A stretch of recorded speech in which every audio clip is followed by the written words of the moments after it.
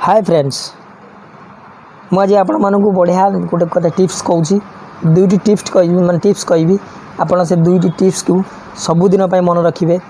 गोटे टिप्स हूँ कहारी को हार्टली लव करनी कि क्या प्रेम करी तापाई निजको बदलाउनी जीवन रे केबे भी निजको केबे भी बदलाउनी आउ क्या कथारे पड़ी केबे कौन से अभ्यास छाड़नी और जदि वन टाइम आप या करदे ना ताहले कौन हम जानी शेष जितेबाला से पिलाटी धोखा दबा आपण को सेतबले आपण बहुत कष्ट पाइबे और निजर अभ्यास बदल प्रत्येक मुहूर्त आपण को मन पड़ तो अनुरोध करुँची कहारी कथार आपणकर लाइफ स्टाइल चेंज करंतु कि क्या एते प्रोत्साहन दियोनी जी कि छाती उपर चढ़ीकिनी डे आउ क्या भल पाइब। जीवन में गोटे कथा मन रखि बंधु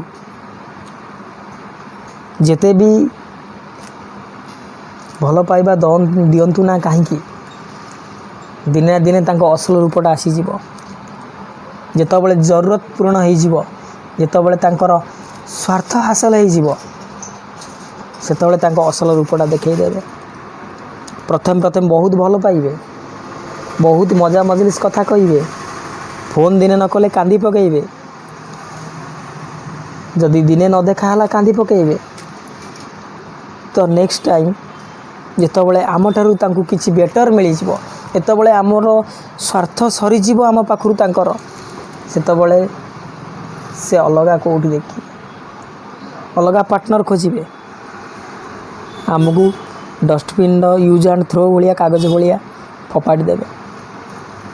तो दर्शक बंधु मुझे को यही कथा कहूँ आपण केबे भी एते भल पाओनी कि एते लव करनी जोटा कि आमको पछरे अनुतप्त करा पड़ो जहाँपाई आम सारा राति कांदिबा जेते कांदिले भी आखिरु लुह ना जीव ना छाती दर्द जीव ना हृदय बुझीब ना मन बुझीब किसी भी कहीं भी बुझीबे ना भोक लागिब ना शोष लागिब ना किसी काम करने को इच्छा हब ना किसी को माइंड सेट करी हब। तो दर्शक बंधु मु आपन को ये गोटे कथा कहूँ आपण हार्ट लव थरे करदेले जदि आपन को से मैरिज कला तो ठीक अच्छे जदि मैरिज न करी ब्रेकअप करदेला जानवे आपन को से भल पाउन ना टाइम पास करुला किसी कथा हासिल करने किसी स्वार्थ पूर्ण करने आपन को से लव करुला आपण गोटे काम स्ट्रगल करुथिबे जदि मझिरे आपणकर लव आसीगला से स्ट्रगल आउरी बढ़ीज जेकोसी कम लक्ष्यटा आउरी बढ़ीज बढ़ीगला आपण बहुत खुशी से कामटी करेंगे जितेबाला ना ब्रेकअप होतबले से कम तो स्ट्रगल से लक्ष्य तो लक्ष्य टोटाल ना से काम उपर को नजर आसीबो ना से काम करी हबो बरं से काम भी आमर अधूरा रही आम सक्सेस जगार अनसक्सेस हो आम लक्ष्य जगार तलू को पलि आसवा तो आम एत तलू खसी जा जे आम चाहिए भी सीधा छिड़ा हो पार। तो मुझे गोटे कथा कहि जो मैंने भल पाउछंती भल पातु किंतु क्या अधा बाटे छाड़ी जातु कहीं ना अधा बाटे छाड़ी जीवार दुखटा कौन जी हार्ट लव कर सी जानी केबे भी क्या मन रे कष्ट दियो जदि आम क्या हसई न पारिबा ଭଲ ପାଇବା ନ ଦେଇପାରିବା ତ କେବେ କାହାକୁ କନ୍ଦେଇବାନି କି ଛଳନା କରିବାନି। ମଣିଷ ସବୁଥିରେ ଷ୍ଟ୍ରଙ୍ଗ ହେଇଯାଏ, ସବୁ କଥାରେ ଷ୍ଟ୍ରଙ୍ଗ ହେଇଯାଏ। ଗୋଟେ ଜିନିଷ ହଜିଗଲେ ନା ସେ ଜିନିଷ ବି 2 ଦିନ 2 ମିନିଟ୍ 2 ସେକେଣ୍ଡ 2 ଘଣ୍ଟାରେ ଆମେ ତାକୁ ଭୁଲିଯିବା। କିନ୍ତୁ ଭଲ ପାଇବା ଥରେ ବ୍ରେକଅପ୍ ହେଇଗଲେ ତାକୁ କେବେ ଭୁଲି ହୁଏନି। ଛାତି ଭିତରେ କ'ଣ ହେଇଯାଏ, ମନ ଭିତରେ କ'ଣ ହେଇଯାଏ, ପାଗଳାଙ୍କ ଭଳି ଆମେ ହେଇଯାଉ।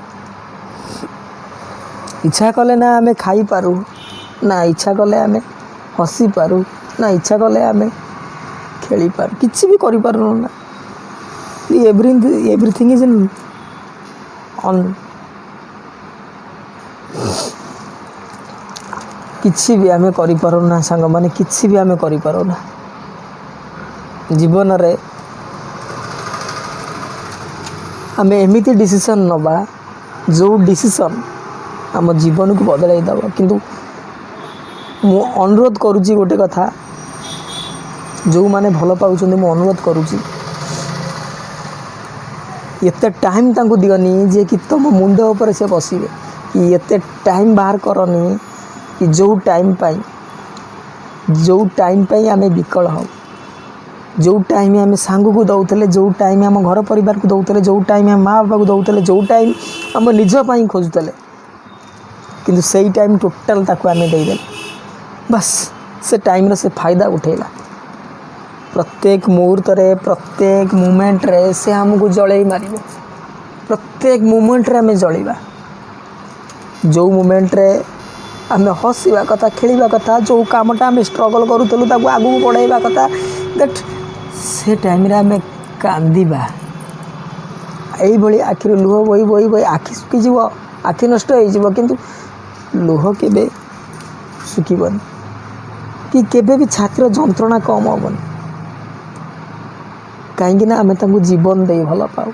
ଆଉ ଜୀବନ ଦେଇ ଯିଏ ଭଲ ପାଏ ସେ ଜାଣିଥିବ ପ୍ରେମର ଧୋକା ଖାଇଲେ କେତେ ଯେ କଷ୍ଟ ହୁଏ। ତ ଫ୍ରେଣ୍ଡସ୍, ଭଲ ପାଅ। ଭଲ ପାଇବା ଗୋଟେ ଭଲ ଜିନିଷ, ଭଲ ପ୍ରପୋଜାଲ୍ ବି, କିନ୍ତୁ ଭଲ ପାଇ କେବେ କାହାକୁ ଧୋକା ଦିଅନି। କାହିଁକିନା ତମେ ସିନା ଧୋକା ଦେଇଦେବ, ତମେ ସିନା ଭଲରେ ରହିଯିବ ନୂଆ ସାଥିଟେ ପାଇ, କିନ୍ତୁ ଯାହାକୁ ଧୋକା ତମେ ଦେବ ସେ କେମିତି ବଞ୍ଚିବ, କେଉଁ ଷ୍ଟେଜ୍ରେ ବଞ୍ଚିବ, କେଉଁ ସିଚୁଏସନ୍ରେ ବଞ୍ଚିବ, ସେ କେମିତି ବଞ୍ଚିବ, ସେ କାହା ସାହାରା ନେଇ ବଞ୍ଚିବ? ଆରେ ଯାହା ପାଇଁ ଦିନେ ସେ ହସୁଥିଲା, ଖେଳୁଥିଲା, କାନ୍ଦୁଥିଲା, ଯାହା ପାଇଁ ସେ ନିଜ ଜୀବନକୁ, ନିଜ ପରିବାରକୁ ସବୁ ସମୟ ନଷ୍ଟ କରି ତମ ପାଖରେ ଉତ୍ସର୍ଗ କରିଦେଉଥିଲା, କିନ୍ତୁ ଆଜି ସେ କାନ୍ଦୁଛି। କ'ଣ ପାଇଁ କାନ୍ଦୁଛି? ଗୋଟେ ପ୍ରେମର ଶବ୍ଦ ପାଇଁ, ଟିକେ ଭଲ ପାଇବା ପାଇଁ। କାହିଁକିନା ସେ ଏତେ ତୁମକୁ ଭଲ ପାଇଯାଇଥିଲା, ଏତେ ତୁମକୁ ଦିଲରେ ବସେଇଥିଲା ଯେ କି ତା ପକ୍ଷେ ସମ୍ଭବ ନଥିଲା ତୁମକୁ ସେ ଭୁଲିଯିବା, କି ତା ପାଖେ ସମ୍ଭବ ନଥିଲା ଯେ କି ତୁମକୁ ଛାଡ଼ିବା, କି ସେ କେବେ ବି ଭାବିନଥିଲା କି ମୋ ଲାଇଫ୍ରୁ ତୁମେ କଟିଯିବ ବୋଲି, ବ୍ରେକଅପ୍ ହେଇଯିବ। ଜୀବନରେ ଯାହା ବି କରୁଛନ୍ତି ବନ୍ଧୁ, ମୁଁ ଗୋଟେ କଥା ଅନୁରୋଧ କରୁଛି ଆପଣଙ୍କୁ, କେବେ ବି କାହାକୁ ଧୋକା ଦିଅନି କି ବ୍ରେକଅପ୍ କରନି। ଯଦି ତୁମକୁ କେହି ପ୍ରପୋଜ୍ କରୁଛି ତ ମନା କରିଦିଅ, ନା ମୋର ଅଲରେଡ଼ି ବୟଫ୍ରେଣ୍ଡ ଅଛନ୍ତି କି ମୋର ଗର୍ଲଫ୍ରେଣ୍ଡ ଅଲରେଡ଼ି ଅଛନ୍ତି, କିନ୍ତୁ ମନା ନକରି, ତାଙ୍କ ସାଥିରେ ଛଳନା କରି, ତାଙ୍କ ହୃଦୟ ଭାଙ୍ଗି, ତାଙ୍କ ଆଖିରେ ଲୁହ ଦେଇ, ତାଙ୍କ ପରିବାରଠୁ ତାକୁ ଅଲଗା କରି କି ଲାଭ ପାଉଛନ୍ତି?